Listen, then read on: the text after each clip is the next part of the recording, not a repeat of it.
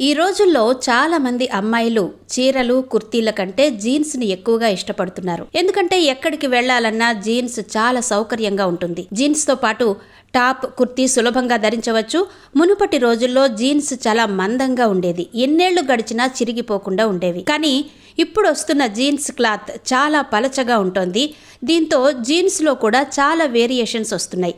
అందుకే వీటిని ఎక్కువ కాలం పాడవకుండా ఉండేందుకు జాగ్రత్తగా శుభ్రం చేయాలి, లేదంటే రంగు వెలిసిపోయి త్వరగా పాడయ్యే అవకాశం ఉంది. కాబట్టి జీన్స్ను శుభ్రం చేసేటప్పుడు ఈ క్రింది చిట్కాలను తప్పక పాటించాలి.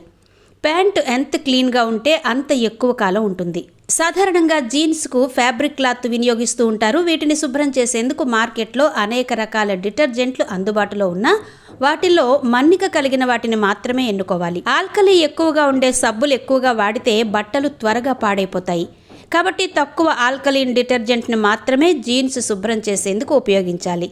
పై భాగాన్ని శుభ్రం చేయడమే కాదు, జీన్స్ లోపలి భాగాన్ని కూడా శుభ్రం చేయాలి. అంటే జీన్స్ను తలక్రిందులుగా చేయాలి. శుభ్రం చేసే సమయంలో తలకిందులుగా చేస్తే రంగు మసకబారదు.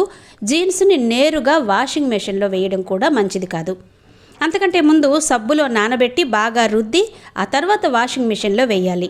డ్రయర్లో ఆరబెట్టి నీడలో ఆరవేయాలి. ఇలా చేస్తే జీన్స్ ఉతికినా రంగు పోదు.